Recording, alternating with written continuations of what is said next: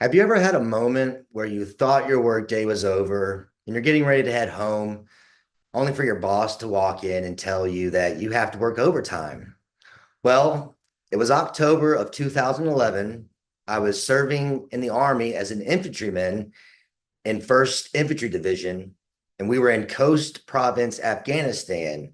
We were on an operation called Operation Nike. It was supposed to be a 3-day operation where we were to traverse high mountains and provide overwatch for our second platoon that was clearing a village below, which basically means we're high up, we're watching out for them below, and we're going to have to follow them along this valley as they walk. And we're going up and down for 3 days. So not only were we mentally and physically exhausted, it was freezing out.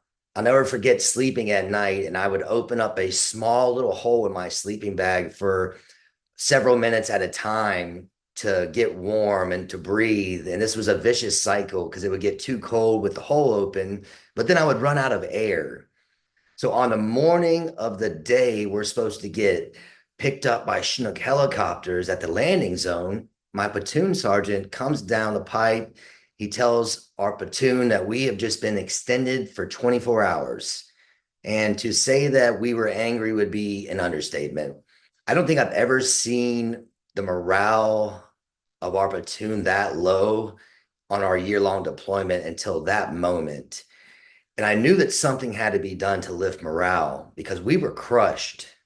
And I looked down this mountain that we were on and I saw a wheelbarrow and I knew there was wood down there. So I took some initiative. I walked down the mountain. I filled a wheelbarrow with wood, walked it back up the mountain, and got back with my platoon. I started a fire and morale went up. Our spirits were lifted. We bonded like brothers. And I'll never forget that moment. And that fire got us through that 24 hours that we were extended until mission was complete. And it was completed. But I knew I was capable of doing something in that moment. And I knew that something had to be done.